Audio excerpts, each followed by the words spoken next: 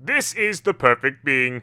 I'm here to tell you all to subscribe to the perfect channel, UnrealEntGaming. Please remember to turn on your notifications to be the first to know about the latest in Dragon Ball news and information. And if you don't, very soon you will all be dead, along with your entire planet. Dragon Ball Super Episode 104 is now officially in the history books as we move on forward into Dragon Ball Super Episode 105, and joining me here today to share our thoughts and predictions going into next week's episode is Dragon Ball YouTuber EmoshIsLive, as we're further going to be discussing the events that are going to be following in next week's episode. And again, we highly encourage you guys to post your comments down below and let us know what you guys have to say in regards to Dragon Ball Super Episode 105. And again, I do also want to say, guys, this is going to be an opinionated video, so if your opinions differ, if you guys agree or disagree, let us know down below. Emosh, welcome back to the channel once again. Dragon Ball Super Episode 104, bro, was really good.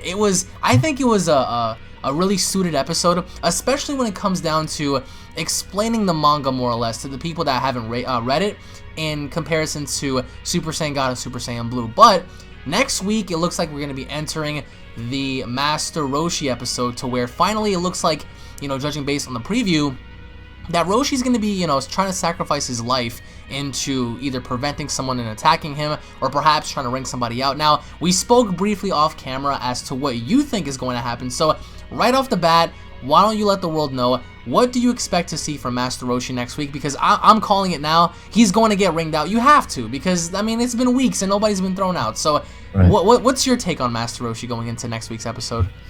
Well, first, if he gets rung out, then it's fine. It's expected. We've been talking about that for quite some time now.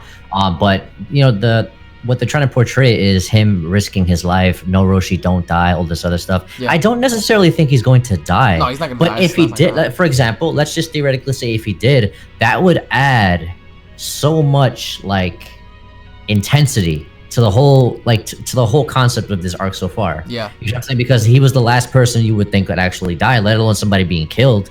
And technically, he wasn't killed by somebody, so it's not against the rules. He does something that may cause him to lose his life. What I personally believe, based on him placing that little jar on the floor, based on the previews explaining the concept of no, Roshi, don't die, we know that the concept is the Turtle Hermit's secret plan. He has this plan or whatever, and he's in a tight spot, whatever.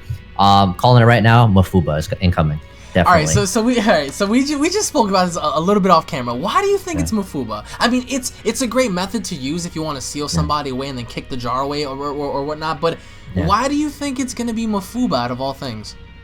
Well, we saw his Thunder Flash surprise attack, whatever it's called, right? Yeah. We saw that. Next thing we need to see now. We've seen him.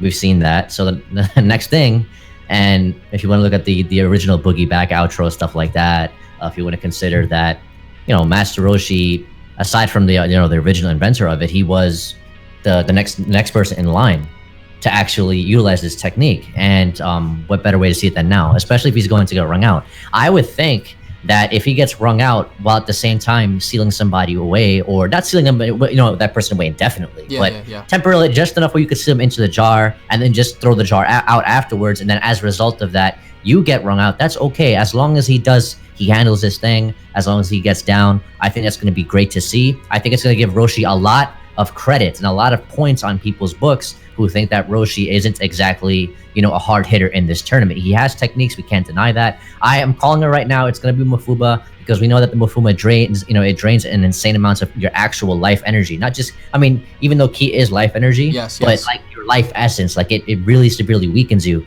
Granted that Roshi just came from using that Thunder Flash attack, which actually he can't move after using it and while he's using it, right? So we have this other technique being the Mafuba, that after utilizing it, he's going to be severely weakened as a result of that. And the jar is a dead giveaway, right? There's really no other reason for him to do that, unless he just decided to bring a shot of tequila, some vodka, whatever. Yeah. He's gonna drink before he gets wrung out. I don't see that happening. He doesn't need the seal, because we saw when Trunks temporarily sealed Zamasu using the Mafuba, Zamasu was in there for a brief period of time. Though not that long, they were in there for a brief period of time, and they were able to until Zamasu broke out. So we can say that, well, he's going to seal one fighter, maybe more than one, from Universe 4, right? And then someone's going to kick him off, or maybe he may kick it off, or someone else may kick him off the ring or whatever, and that's that. And after that, he may be so weak that he may actually maybe throw himself out of the ring, or maybe someone else may come from behind and toss him out of the ring, which wouldn't be a surprise. But I'm calling it right now. Mafuba incoming. All the tidbits, all the little hints in the preview, just the previews alone, kind of really point to that concept of the Mafuba, which I'm really excited for. I love the Mafuba. So what are you calling right now? Universe 2, Universe 4, or Universe 6 throwing him out? Because we saw the best of all three. We saw Vegeta, we saw that Universe 4 fighter, and we saw somebody else from Universe number 2. So which universe do you think is more prone to throwing him out, if anything? Well, we're gonna find out for sure. Was Kawaii from Universe 2, Universe 4? I think she's confirmed from Universe 2. I mean, well, it's just made up of mostly females, if anything. So yeah. So okay, let's just theoretically say Kawaii is from Universe 2. The preview, that's the thing. The preview doesn't really showcase who he's going to use this attack on, but they really capitalized on Kawaii. So there were a lot of fighters shown too, so it's like, oh man, who do we focus on? It's really looking like Roshi's getting it down with Universe 4. The previews specifically say Roshi's getting it down with Universe 4. Yeah, not word for word, but they mention him versus Universe 4. So I would imagine that it's going to be, I would say Universe 4. If Kawaii is from Universe 2, I would say someone from Universe 4. Granted that we haven't seen anything from them in quite some time. We just got done seeing Universe 2. You see what I'm saying? Yeah. So even if they introduce another Universe 2 fighter, that's okay. But ultimately, the reappearance of Universe 4, they have to give a kill or a knockout to Universe 4 to make them feel competitive and to make Universe 7 look as if they don't necessarily have a dream team, because we have not seen anybody got rung out from Universe 7. You see what I'm saying? So I think it's only fair that Universe 4 takes the kill or takes the KO for this, as a result of Roshi being severely weakened after using the Mafuba, regardless of who uses it on. So I would say Universe 4. Okay, I'm gonna go with Universe 2 on this one. There's something about Universe 2 that they're very vengeful. So it looks like, especially after Foxy and all these girls got wrung out, it's like Brienne was just very mad. But I'm pretty sure it's probably gonna be from one of them, because it only makes sense to me that to have a female fighter from that universe, ring them out. But then again, I could be wrong. But if anything, I think that we should see more from Universe 3, because Jesus, unless Frost comes out of the blue. Oh yes, Max. We listen. Be surprised. Listen, everything, and there's still, after this episode, there's still 35 minutes left. That is just 35. Wild. But we haven't seen much from, like, it's crazy, because like if these episodes were longer, of course we'd see more. But it's like whatever. I completely forgot about Universe 3.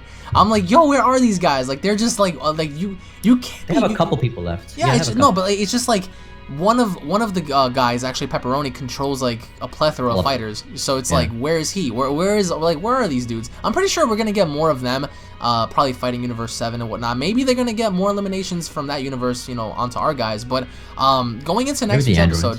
Possibly, but like going into next week's episode, do you see any other involvement from any other major character aside from Roshi? I'm pretty sure they're gonna have like little side pieces here and there. Do you see any side pieces coming from Gohan, Piccolo, possibly even seeing Frieza do something? Because we saw Goku in this episode, even though it wasn't much. He showed up towards like the middle-ish, towards ending of the episode. After the break, yeah. Do you see anything happening from any other character going into next week, or is it just gonna be Roshi and Roshi only? I feel like we're gonna see Goku, or a little bit of Goku, in every episode. Whether or not he actually fights is really, we haven't seen him fight every episode. Yeah. But he's gonna be there. So we know based on spoilers that he apparently tries to save him, but somebody gets in his way. We don't know who exactly it is. To my knowledge, at this point in time, I'm not sure who it was, unless it was confirmed already. Right. So based on spoilers, we know that somebody gets in his way. So, well, there you go. That's that. And then Roshi, this is going to be Roshi's episode for sure. I mean, it's always expected to see extra people. Obviously, we're going to see Goku, whoever's fighting him, whoever gets in his way. Maybe it might be that chicken leg dude, that rooster leg, whatever his name is, Fagor leg, from Universe 4, who might get in his way again, the same way he got in his way when in the first episode when Goku was charging towards Tobo. That could be another thing. I would like to see Frieza. I don't know what the heck he's doing. Yo, it's like, where are some of these guys? I would like to see Vegeta. Don't know what the heck he's doing. Would like to see something, definitively from Piccolo, I guess, even though we just kind of got something from him, but it's like, was it really enough? We haven't really gotten enough of Piccolo. Right. I think he has a lot more to offer. We got an episode 17 done, 18 got some work done. Universe 7 overall has gotten their work done. Now, now the question rises, well, Emish, that doesn't necessarily mean we have to have, one episode per character. I'm not saying that. I'm just saying that generally these are characters who hold a lot of history Right. behind the series. You know, if you want to argue that, well, Tien comes all the way back from the Dragon Ball days, right? Oh, Tien at this point in time, it's safe to say he's a support character. Well, I would like to see more support from Tien, for example. I would like to see just more, I guess, more diversity. But then again, you can't really cram all of that into one episode without them. It's impossible. You know, It's impossible. yeah, it's really hard. But I will say, just to get out there, this episode, what made this episode, and I'm actually working on my review of the battle, the fight between Oh, we're about to talk about that in like a few seconds. That was I will say what made this fight so freaking good, Alex, is the explanations, the in-depth analysis. Finally, right? God.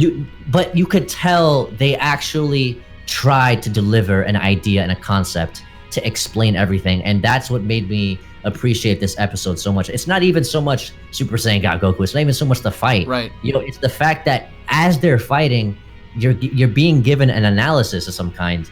And it was a very, very good analysis. It was a very good explanation. They explained more or less about Dispo, yes. how he functions with the whole like your muscles speed. make a noise and Yes, he's able to yes. And plus Goku's utilization, same thing as the manga. As everyone called me crazy, I was like, guys, read the manga chapter. You were there, bro. Yeah. I can't stress this enough. I've been saying it for like 4 months now. It's obvious, and they're going based off the information for the manga. So for anyone out there who wants to say to me, don't use the manga, you know, to compare the anime, you can do that, especially when there's info that the anime cannot, you know, contract, at least as of right now. So but going back to episode 104.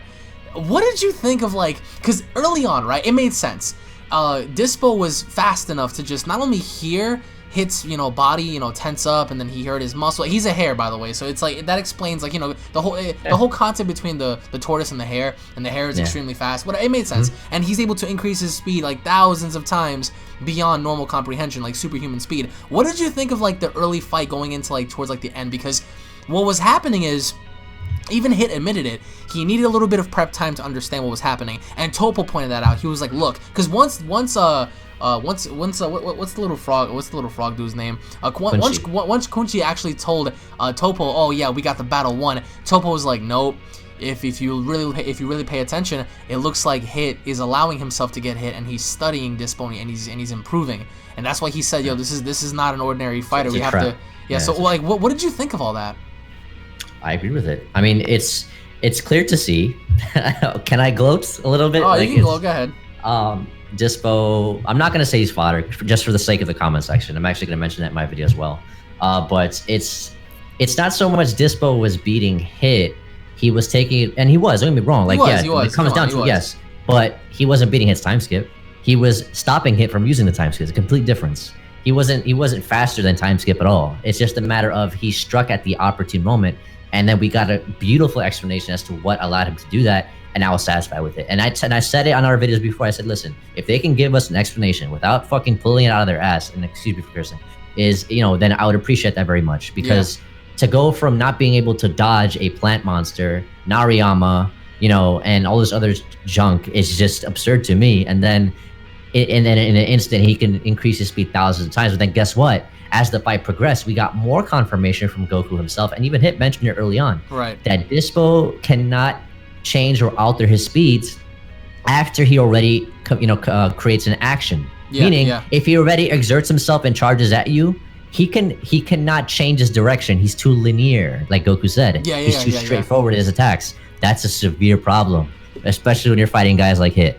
You cannot do that to Hit and expect to come out to survive. If it wasn't for the tournament. If it wasn't for the tournament, I think Hit would create other motives and stuff. Other alternatives. But it was a good explanation. I will accept it. Dispo is nowhere near Hit's level.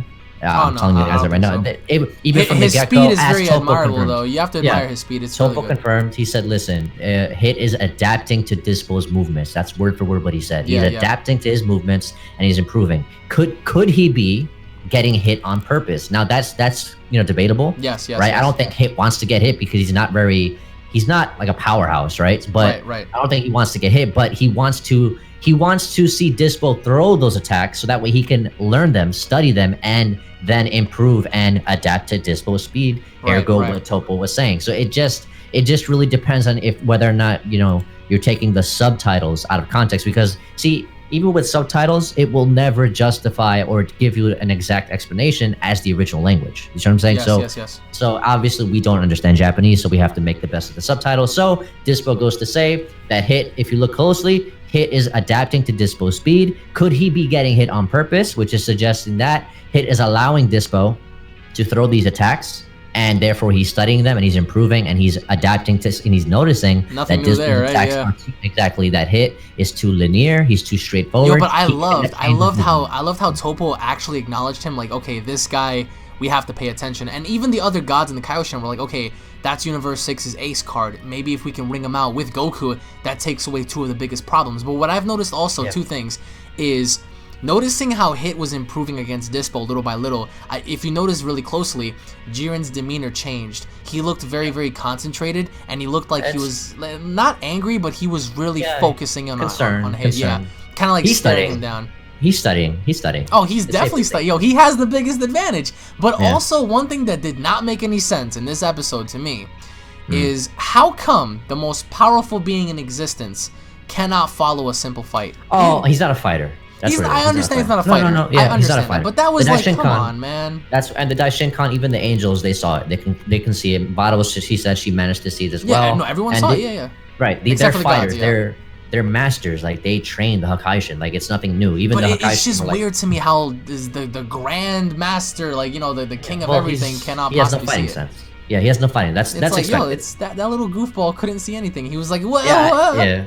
I figured you would ask me. I was like, okay, well, it's. Yo, that was not just a little weird to me. I was like, I mean, if you want to portray yourself as the supreme being, even in actuality, you would have common sense to say, okay, well, if there was a supreme being, you know, he would have like all senses heightened to like the max, so he can see and smell and hear everything, you know. So that was a little off to me. And what I actually noticed was how the God Pad had like a replay, and I was like, wait a minute, so we have cameras in the tournament? Like the way it was all like portrayed, I was like, what the, you know? But it was wacky. But like, what did you think of God Goku not being used as much? Like, I mean, I like and I understand how he was shifting back and forth, but a lot of people wanted to see him use the God form a lot often, like a lot more. So do you think we're gonna see more of the God form be used here and there, or was this it? You know, just for maybe fan service? it's. Damn, I would. Well, if that's how they're gonna, pointed it out, he was like, you know, he's using it to, you know, increase his power and speed to like a sufficient way in shifting from blue to red. So yeah, as red, he's faster than Super Saiyan. Yeah. But he can also preserve his energy. But blue gives him speed and power at the same time, simultaneously, at the expense of power of stamina and energy. Yeah. It's like I said. I mean, it's good. If you remember, I think it was our video or it might have been the live stream. I said that I don't agree with Super Saiyan God Goku outshining Hit, especially if this is Hit's episode to shine. You know what I'm saying? Yeah. And I'm glad that we didn't get that. Like I'm glad that Hit, you know, was the spotlight here. It was really balanced. I think it was really balanced. I really do. So, it's expected. A lot of us did expect that. Well, the anime is gonna, you know, rehash concepts from the manga, and why not? I mean, it's the perfect time to do that. You know, I don't.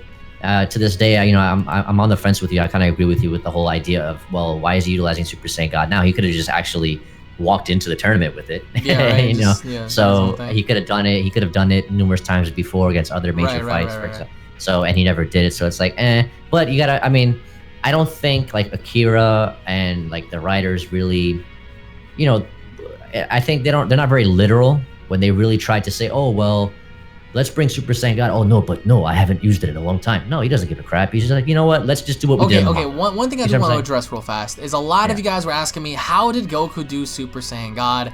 There was no ritual. Okay, in the manga, and I understand not a lot of you read the manga, but do me a favor, just read the manga. In the manga, after learning Super Saiyan God, he has the ability to tap into this form. It was given to him, and he can achieve this in the manga at any given point. So again, this goes back to the anime and the manga. Whatever's being done, or whatever was done in the manga before, they're using that as an adaptation for the anime. So he knew about this form. He had this form the whole time, but there was just no need to use it, I guess, because Super Saiyan Blue was stronger, more sufficient. But which is why it's a little confusing. It's like, okay, so why are you using it now? It's meh. But it's more or less you don't need the ritual anymore once you already know it. I mean, that would have been a bummer. It's like, what is he gonna ask? Kale and Khalifa to round up Goku, Gohan, and you know, just Vegeta and who else? Just somebody else to get in a circle, and you know, they're not gonna do that in the tournament. Are you crazy? Well, yeah, it's that, and I think another thing to consider is the fan base looks to. Well, I don't want to say like us, and then I'm talking about me, but I'm saying like you guys, right? The bigger guys, on YouTube, the bigger Dragon Ball YouTubers who have a considerable amount of knowledge because they read the mangas, because they review movies, because they watch the series since day one, right? So whoever it is you guys watch, for the most part of their since Dragon Ball Super has aired, especially the anime versus the manga, they were telling you that the anime and the manga are two totally different adaptations, right? And that's fine because everybody believed it because that's obviously what was happening. Yeah, it was a shift, yeah. After but once the Goku Black and Zamasu arc came to be in the manga, and then the anime was already done with that, that's when they started rehashing that concept and started bringing the story to catch up to each other. Yes. So I don't want to, and I'm not pointing fingers at anybody. It's everybody makes mistakes. It's okay to assume things. I just think that from here on out, it's better to perhaps say, to give people a disclaimer that, listen, at the time of this video and at the current time of such and such, based on what is being portrayed, I am making an educated guess. And as a result of this is the way that I feel is the best way to explain it to you guys. And then if there's any update to it later on, I'll be more than happy to fix my concept or fix my explanation. And the thing is, the mangas really do have definitive info for a lot of things. Yes. And I feel like that should be taken upon into consideration because you can learn a lot. And I think that this arc so far, at least going further into this, they have to start adapting stuff from the manga because eventually at some point the manga is going to be ahead. So with that being said, they're gonna have to like feed off that. But for next week's episode, going back to 105, I think 105 is gonna be like last week's episode, episode 103 and 102. It's gonna be like nice and easy and stuff because I firmly believe that the big stuff is coming, and people they're really impatient, and sometimes so am I, and so are you, and so are a lot of people, and we want to see like really epic stuff, and it's gonna happen, and they're blue balling you right now. So but you have to understand that there are still a lot of dudes left, and they have to ring out a lot of other fodder like characters to make room for the heavy hitters. But I think that Master Roshi's definitely gone. It's well timed for him to go. He has to go, and I think that what follows after in the next couple of weeks is going to be more eliminations from universe number 7 because they have to go, man. You have to start making room for other people. So again, guys, I do want to say thank you all so much for watching. Subscribe and check out EmoshIs channel, guys. I will leave a link down below. He covers various different analytical topics from Super Saiyan transformations to in-depth reviews and stuff like that, live streams. So make sure you guys go head on over and just subscribe to him and support his channel on over down there, guys. And thank you all for watching so much. I hope you guys enjoyed. If you guys did, leave a like down below, hit that subscribe button, guys, turn on notifications. That way you guys can be notified whenever a video is posted on the channel. And again, we'll be seeing you all down in the comment section below. Have a wonderful night, guys. Peace.